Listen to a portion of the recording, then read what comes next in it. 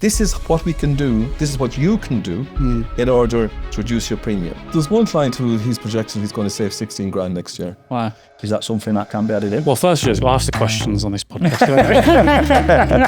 The bit of it that I think has really been popular with the Wise Advantage service is the fact that our customers that have got secondary businesses can promote those on the platform. How we can get people to book in business reviews, how we can get people to see the differences, do more success stories around what we've done. You don't have to physically do anything, just have that initial conversation and let us take care of the rest. Remind me, Trevor, you'll remember this. How many suppliers did we actually start with? What makes you think I'll remember that?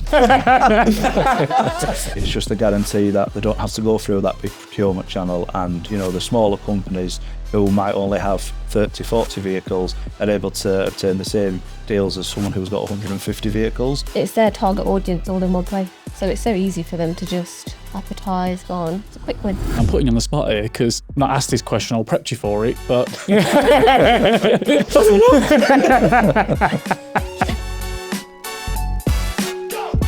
Welcome to Talking Wise, the podcast about logistics and self-employment and what it takes to scale without the wheels coming off. I'm Dan Richards, the Deputy CEO and host of today's episode, and we're talking about our new platform, Wise Advantage, and what it offers to suppliers and customers of Wise. Okay, so today's podcast, introducing the guests that have joined us today. So on my left, starting with you, Evie. Hi, I'm Evie. I'm the Commercial Operations Manager here at Wise. My job entails a bit of everything, really. It's a good job. Started up marketing, moved over to more project work, and now I do some commercial operations reports. And I got into Wise Advantage because Dan had a great idea, and he thought, who else to burden with it than me? Yeah, often a lot of the things that I burden with people start with an idea that I had one day. Yeah. So you were. Yeah. It was me and you right at the start, weren't it? It was, that kicked it off as a project. Idea, and actually, credit where it's due, reading from a list that started in alphabetical order, you actually picked the name, didn't you? Yeah. It was very inspired. We said, let's put a list of good names for loyalty programs, and as it does, Advantage was top because it begins with A. Mm-hmm. Evie said Advantage, and I was like, actually, I like that. Sold. It didn't take us long. First one. 2 minute conversation. 2 minute conversation. Yeah, that's how I like it. Yeah. 2 minute conversation. Word in the dictionary. Yeah, exactly. That'll do. Tick. Happy days. Yeah. Checked you with Boots, and it was. Yeah, checked in that we could use it, and they don't have a trademark over at Advantage. Okay. So there you go. Very good. Okay, so Trevor. Thanks, Dan. So it's a bit like people who call their kids Aaron. It's the first name, the baby. Yeah. Baby name. Well, yeah, that'll do. Yeah, that'll do. Yeah. So thanks, Dan. I'm Trevor Ruan. I'm the accounts director here at Wise. I'm here coming up to a year soon-ish, believe it or not. Yeah. And I worked externally for some time as well, so I'm well used to business. A lot like Evie, actually. I do a lot of things. And I got a call one day as well that said, Trev, you know Wise Advantage? Yeah, well, you're about to know a lot more about it soon. And it's been great, I have to say. Really enjoyed it so far. Good. What role do you actually play in the Wise Advantage story? So building partnerships, building relationships a lot with vendors, and a lot of vendor validation. Because every vendor on the platform either is going through or has gone through a validation process, which can often mean a live trial with one of our clients or so on, or more than one, and trying to find the solution, to get to the pain points, really. No, good. Yeah, love it. And you did a brilliant job, my friend. There you go. Throw that in there. Joseph, last but not least. So hello, I'm Joseph. I started with Wise in January, and I'm here as the client service manager. So my role is to work alongside Trevor and Evie, and it's really to add value to existing clients by adding partnerships and seeing what synergies can go alongside each other there, and really, find businesses savings through our partners, what we've got at the moment. Nice, yeah. And actually, your relationship with the company started with me as well, right? Because you got screened by my great iPhone screening service. It did indeed, yeah. So if anyone wants to hit me up on how to get through it afterwards, let me know. That's no problem. And That's cool. That's cool worthwhile for a lot of people listening. Yeah, so that's one of our services, what we have on the platform as well, yeah. How to get hold of Dan by Joseph. Oh, no, hopefully not. Okay. Thanks everyone, and obviously pleasure to have you all here. And thanks for being part of the Wise Advantage journey so far. So I guess moving on, and for everyone listening today, just give them a bit more context on Wise Advantage. Yeah, what I'd say really is that we built it because we're already doing it. You know, we have this network of account managers around the country, have a very personal relationship with the clients, and they were, already providing kind of a de facto referral service, saying, true. Do you know how does so and so get their tires, etc., etc. Yeah. So we were doing it without realizing it. So we built it to have a proper product and to put some structure on it. I think. Yeah. No, I'd agree with that. Yeah, you're right. Yeah, it's a good point that you make actually, because you are right. The account managers are out there, and I think part of it's been educating them right on what suppliers are good to recommend and not. So, yeah, no, it's a good way of summarising it. Joseph, would you add anything to that? I just think it's great because obviously with so many clients that are already using different partners, they're already validating some of these companies for us. And the beauty of it is a lot of our clients have secondary businesses, so it's also great to pass them business through different DSPs that might not be using them at the moment. So it's really good to be able to push it out there and grow sort of all the businesses together while keeping costs down for those companies too. Yeah, for sure. Yeah, no, that makes good sense. And I think we'll come back to in a minute around how we help these sort of secondary businesses. So I think actually I was chatting about this this morning, and I think I sort of encapsulate Wise Advantage as quite an old school way of actually saving people money, which is almost leveraging the group buying nature of what we've got as Wise. You're always more powerful. There's actually a conversation we had about one of our biggest customers last week, Trevor, where we have this feeling, which is right in some respects, where there's a little bit of us that's like we're telling people that have been running logistics business for a long time about their costs.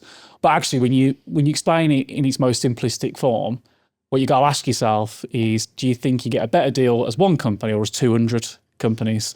And I guess that's what we're trying to leverage, right? Yeah, we have the luxury as well of not having to deliver to other parcels every day, like all our clients. We have the luxury of being able to sit back, look at the market, come up with solutions and go, here guys, rather than, but I've loads of parcels to deliver. We don't have that pressure that our clients have. Yeah, it's cool. You did have that pressure once upon a time. For most of my life. You've been freed.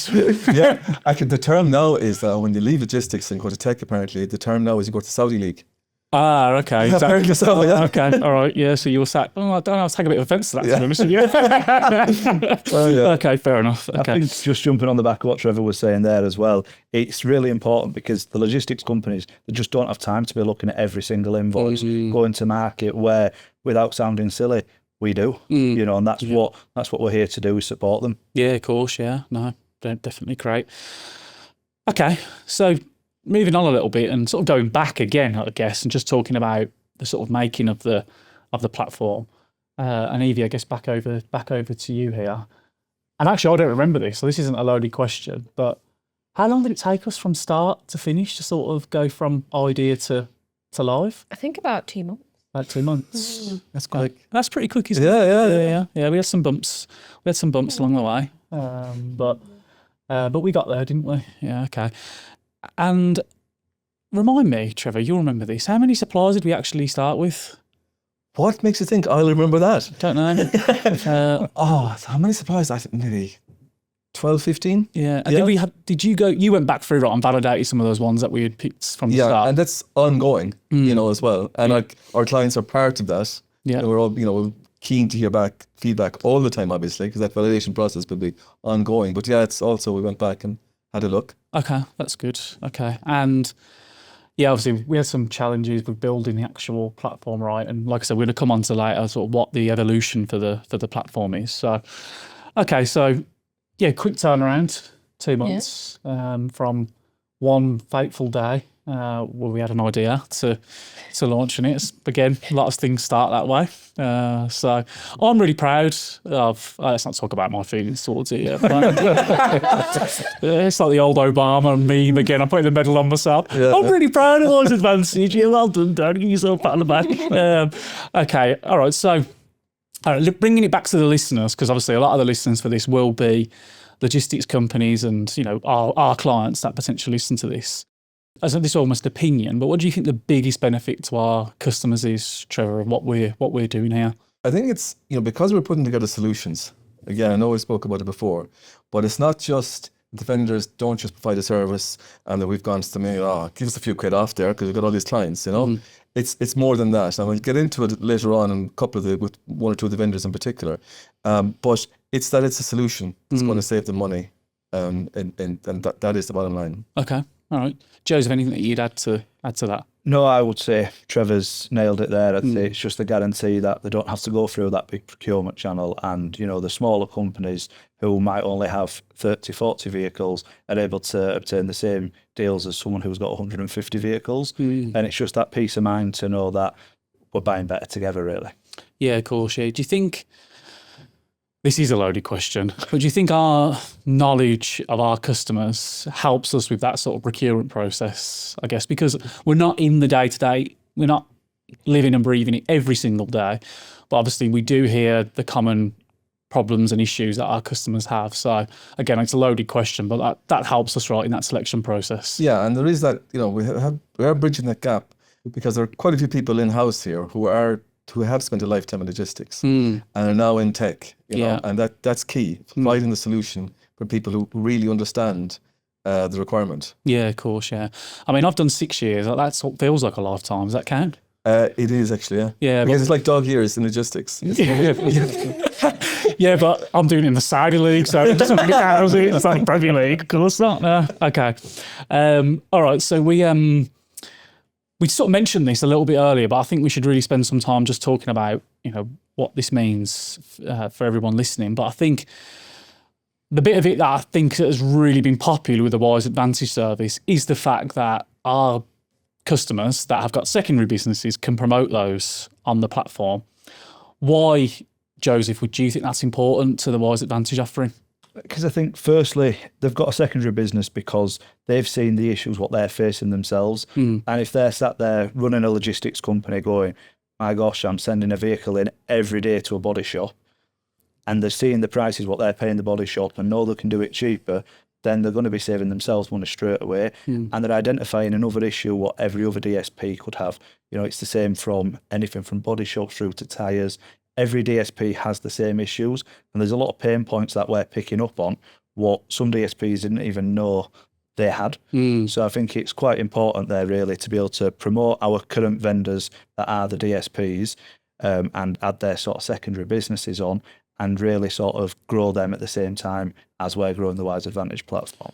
Yeah, I mean, a lot of feedback. I know the sales team have benefited from this, but it seems to be quite a big draw for us at the moment, that promoting your second business. Yeah, well, it's our pleasure to do so for our clients. Yeah, obviously. Course, our clients are entrepreneurs. They've set up one business. Yeah, they're going to want to set up another one. Yeah, and it's just we're in a glorious position to be able to promote them to our network. Yeah, which is it's great. It really is. I agree. Actually, it's actually a nice feeling to be able to help them with their sort of secondary businesses. So yeah, I agree with that. And then, Evie, how easy is it for them to add their second businesses to the platform? Oh, it's so easy. They can literally just ask their account manager, fill out a form online. It's so easy to do, and they should really take advantage of it if they have. Pardon the pun. Pardon the pun. I mean, as easy as we made it, I mean, it still was like pulling teeth to get some of them to fill a form in. But yeah, they know who they are. But yeah, we get there in the end. Yeah. Yeah, and I think the good thing about it as well is it's their target audience all in one place. Yeah. At body shop, so it's so easy for them to just advertise, go on. It's a quick win. It is, yeah. I mean, I made a grand statement a couple of times, which is based on absolutely zero facts. Again. But I'm going for, again, I'm going for, this is the biggest closed user group of logistics companies in the UK. Okay. What do you think? Statement. It's a statement, isn't it? Why not? Why not? Yeah. Until it's been disproved, it's fact. Yeah, I thought you meant said. I made $1,000. Yeah, I'm glad you added the statement after, because I thought you were just going to say I made $1,000. Yeah, good for you. And how did you do with that? How did you do that now? Yeah, It is down all advanced. It's a grand statement, isn't it? Yeah, And I think our job is to back that statement up with, with lots of good examples. As you know, I talk about rewards and discount programs all day long if you let me. Okay, I mean, you know how powerful they are. Of And course. there's no reason why this can't grow. No, you are right. You are right. And I think we've got some really nice enhancements to the platform, feeding in loyalty and all that as well, haven't we? So, okay. All right. So I think, that brings us nicely on to just talking about some of the early wins that we've seen in terms of Wise Advantage and where some of the customers have benefited. So, Trevor, sort of, I guess over to you. I know that we've had a couple of wins with one supplier in particular. Can you just talk a bit about that process and what we've been through? Yeah, so it's a diesel card comparison service called CareFuel. They're called Arthur, really good guy. And, it goes, anyone can get a good switcher deal. Anyone in the morning can go, you want to switch, my fuel, and you'll get a good price to start off with. But Arthur provides a service whereby he'll continuously monitor that going forward. Yeah. And, part of the validation process we keep talking about, but he's went to a number of clients, went to one client and looks at what they paid over the past few months for diesel, identifies where the price has gone above the Platts Plus that was agreed, or identifies where there's admin charge that wasn't agreed, or whatever hidden cost was there, and he just goes, no, this is not happening anymore, guys. And going forward, here's what we're going to save. And that has been, in some cases, tens of thousands projected savings for clients going forward, just simply because he's going to monitor what's been charged on a monthly basis going forward. I bet fuel card companies love Arthur, don't they? Because just cutting their margins right down. I am not going to express an opinion. Yeah, we don't want to create any fuel card company enemies, I guess. I don't create any enemies at all. Yeah. But I'll just say Arthur's providing a really good service there. What's the biggest saving that we've had from that particular thing so far? So there was one client who he's projected he's going to save $16,000 next year. Okay, wow.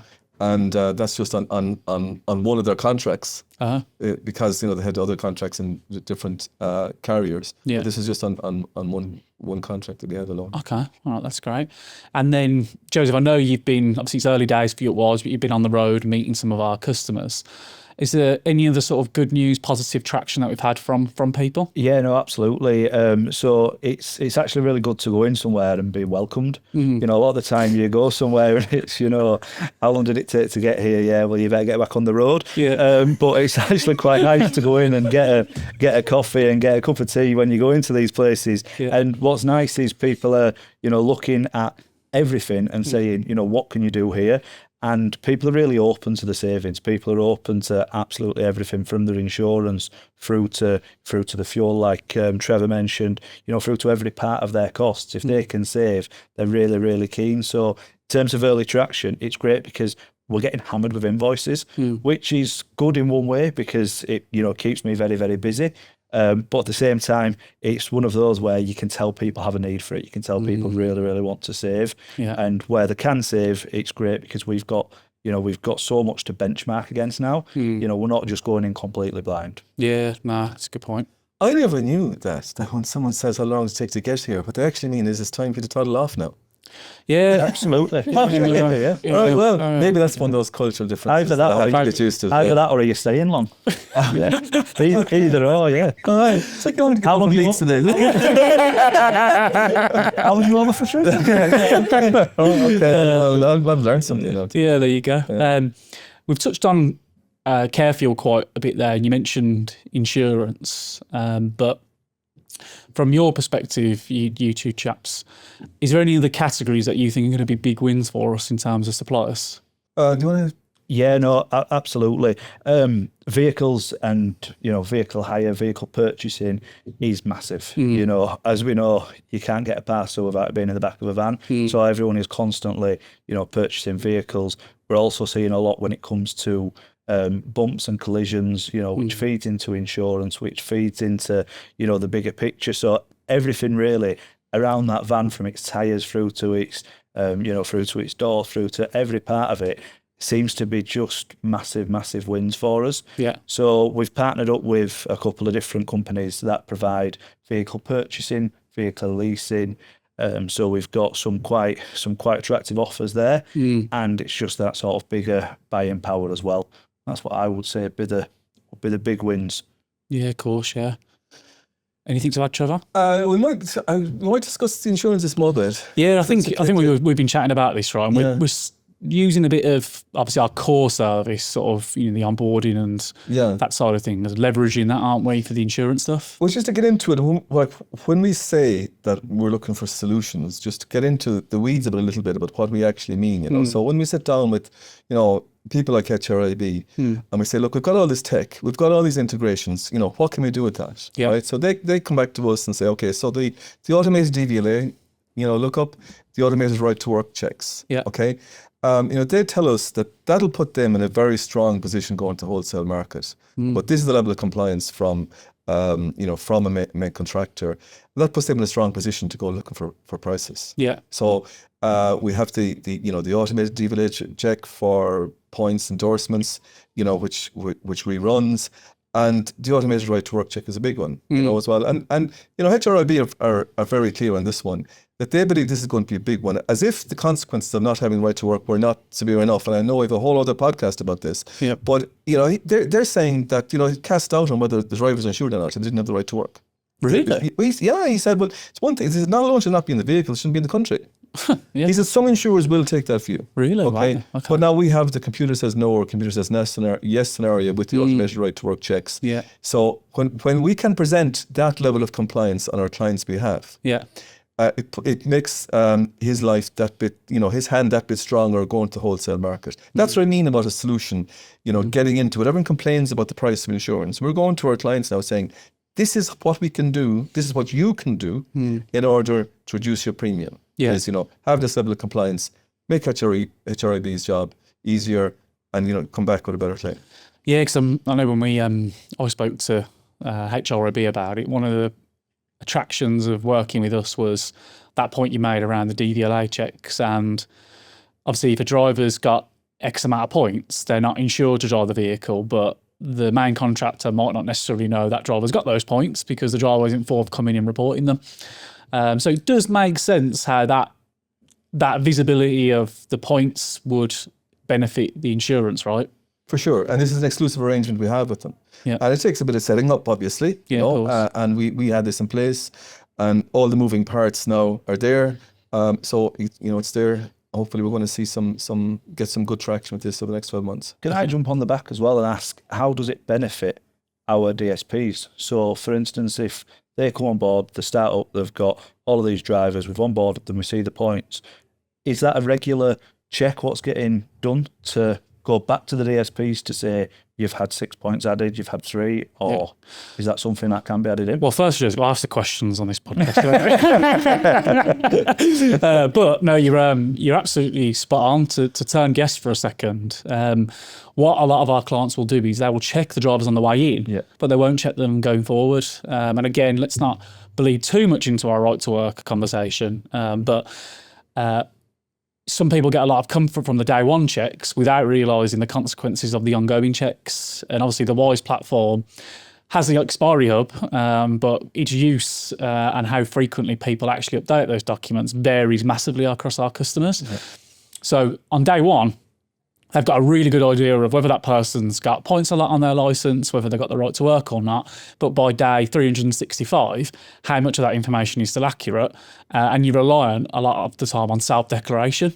And not many drivers are going to be forthcoming in saying, I'm banned from driving because, this is their livelihood. But it's also the DSP's livelihood. And, I've spoken to a lot of main contractors that's seen their insurance premiums double or triple through bad claim management. So it turns quite quickly from the driver's livelihood to the main contractor's livelihood, because things like insurance costs eat into your margin massively and mean that you can't run a sustainable business. So I think really, really important for them to leverage the technology alongside the savings. But the two are hand in hand Do you know what I mean? Without using the bad French here, it's the old bad in, bad out. And you know what the poor French would be there. But, you know, if you're not giving your suppliers good information and keeping them up to date, then you are going to get poorer pricing. It's the fuel example as well, right? You do a good deal on day one, you let it fester, and before you know it, you're paying a fortune because you've not stayed on top of it and maintained it. Yeah, you know, we are looking at doing, you know, some pretty clever things. I would like to think so around how we're reducing premiums, especially around, you know, first occupational loss, and making that as easy as possible. Because, you know, insurers will look at doing things like waiving excess and that if that's done in a certain time period. Right. We're looking at doing some clever things whereby we'll make that very, very easy, you know, to happen.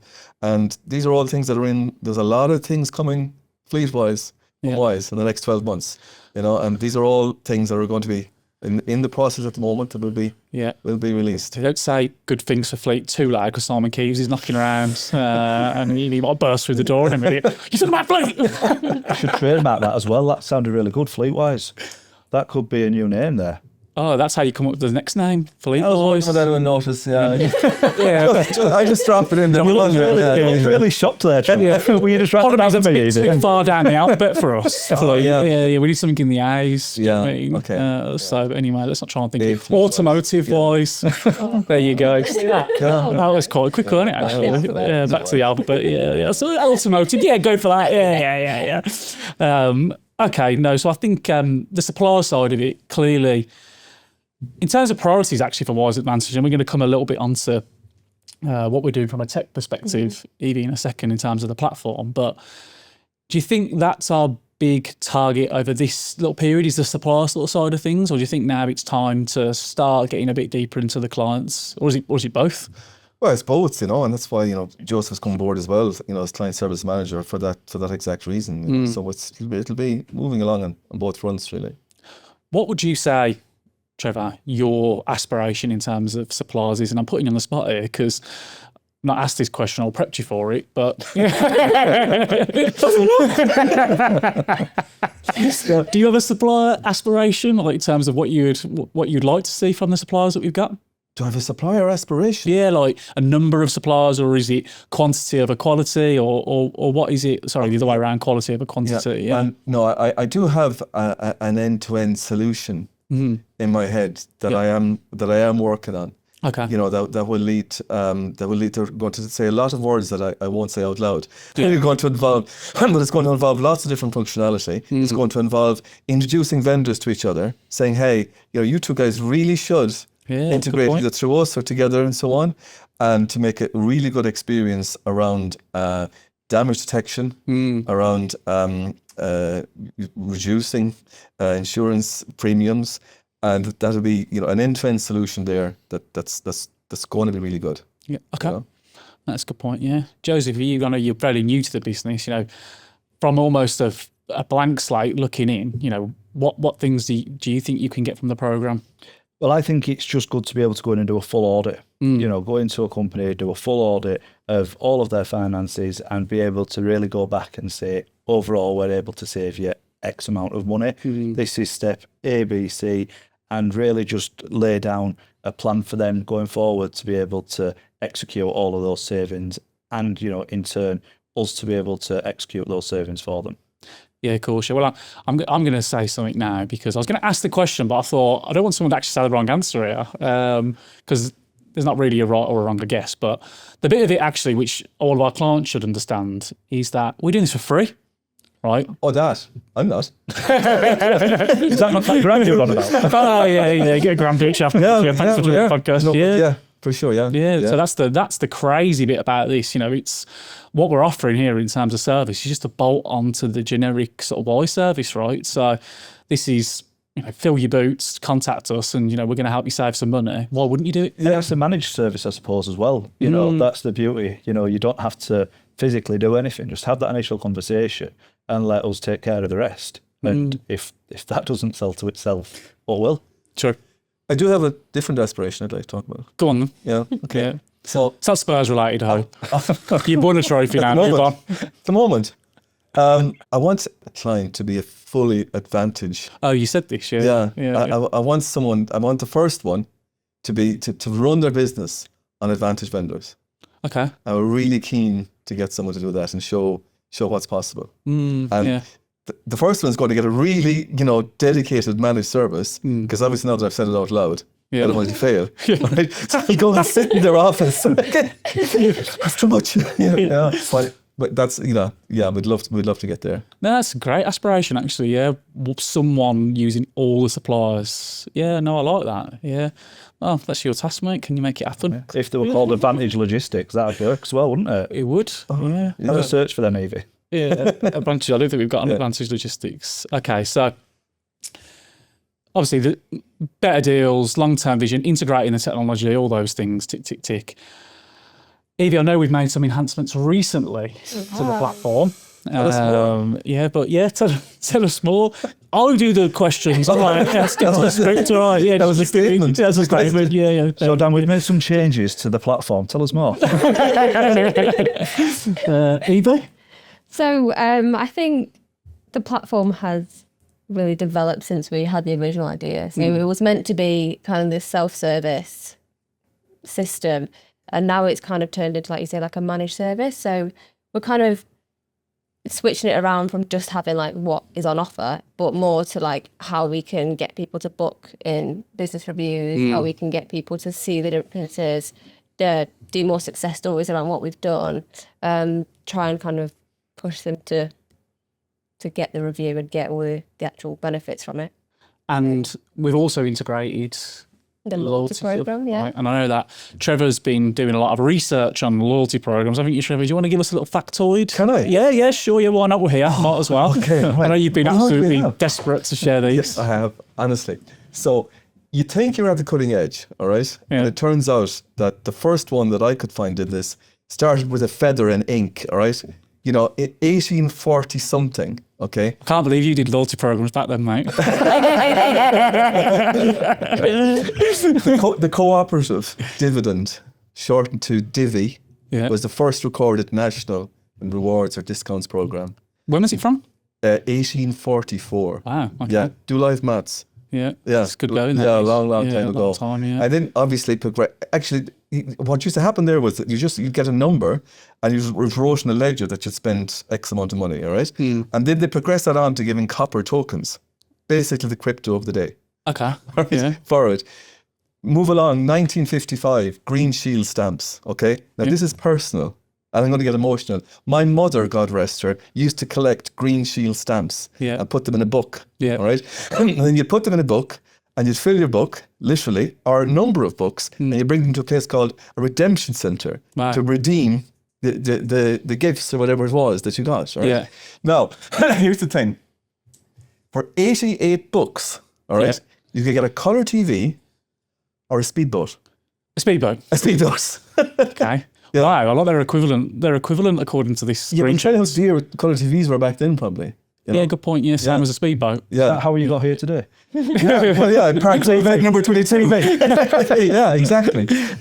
So then it moved on. That actually turned into the Argos catalogue. Okay. And back then, 50s and 60s, the Green Shields Stamps catalogue was the second most read book in the UK after the Bible. Wow. Second only to God. You do something right when? Yeah, of course, yeah. 1995, Tesco. Yeah, of course, Club Card. Yeah, they use something called electronic data to track shoppers' preferences. Wow. So they've known since 95 that I like baked beans. All right? Yeah. Good luck to them. Yeah, of course, yeah. 2025, Wise Advantage. I like that. Do you still like baked beans? Yeah. Yeah, baked beans are all right, yeah. And we know now where Bullseye got all their speedboats from, right? Exactly. 180! Brilliant. Okay, yeah. So bringing the loyalty side into the platform as well, and the stuff that we've done there is going to be a big enhancement, right? Yeah, so our account managers would always ask the clients, where you are with the loyalty program, and they would never really know. So now they can log on to Wise Advantage and see it. They can see exactly what they want to do, and they can easily just get more points. And great. And I know that we are bringing loads more features into the platform, aren't we, this year? So we'll leave that for the audience. Can we just say that it looks amazing? It does look good, Yeah, does it? yeah, Yeah. yeah. No, it does look good, doesn't it? The platform does. yeah. Yeah. Like I said earlier, I am proud of it. We've done a good No, it job. was Evie I was complimenting there. I did say we. I mean, when Evie's involved, I always say we. Fine, But there's not a lot of doing on my side, to be fair. But I still like to say we. Makes me feel better. Okay, right. So I think we're getting to the end there. So yeah, thanks everyone for joining today. I know we've got quite a big series of Wise Advantage sort of podcasts coming up. So we're bringing some of the suppliers in to dig a bit deeper into the specific issues that they solve and the savings that they've got. But anyone listening today that does want to talk about coming onto the platform or one of the particular suppliers, and obviously they can reach out to any of the team here, and we're going to put the contact details in the description. So reach out to us if you're interested in promoting your business, or you're a supplier and you're interested in promoting your services to our customers, then reach out and we'll get you on. But if not, see you next time. Thank you. Thank you.